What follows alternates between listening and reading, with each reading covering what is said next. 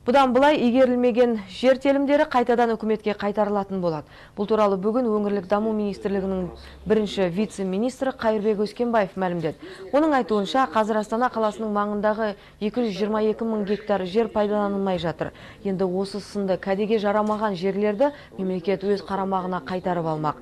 Қазір осы туралы заң жобасы дайындалуда. Заң бойынша жерді сатып алған азаматқа 2 жыл уақыт беріледі. Сол 2 жылдың ішінде жерді пайдасына жаратуы шарт. Олай болмаған жағдайда мемлекет қарамағына алып, ол жерге тиісті нысандарды салады. Астана қаласының жанында 3 аудан қоршап отыр. Ол Аршалы ауданы, Целиноград ауданы және Шотанды ауданы. Ол осы 3 аудан бойынша тексеріс жүрді. 5502 участок егерілмеген белгіленді. Сол участок ішінде 599 қайрадан мемлекеттік меншікке қайтарылды.